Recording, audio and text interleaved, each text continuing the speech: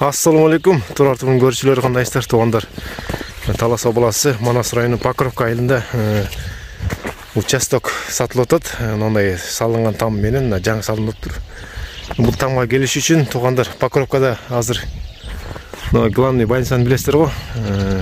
Шу больницадан мындай ылдый түшкенде эле ушу көчөдө экен. Айрентер көрсөт. Азыр. Айрентер көрсөтүп коюн. Больница бул жакчы, больницаны барыңыздар билесиздер. Менен эле ылдый түшсөңүздөр, анан бул жака центральный мечит менен түшө турган көчө экен. Тугандар, ушу канча сотик эле мынтип коюн. 18 сотик жер экен бул жак. Участок. Анан мындай берменке салып коюптур жаңы. Бүт эле экен, бирок ишин жаап баарына даяр кылып коюптур. Канча мындай размер? 4,5-12 екен примерно. Анан тегерегин бары тозулган ондай. Ушу жер сатылат тугандар. Базы 800 000 сом да. Кем барбы?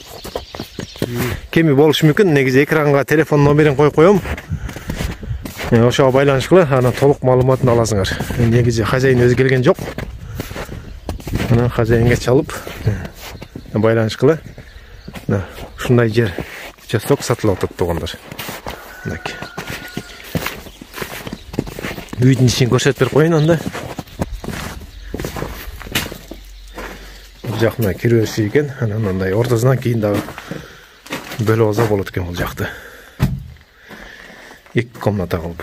Ушундай заливкасы менен бар даяр экен. Чалгыла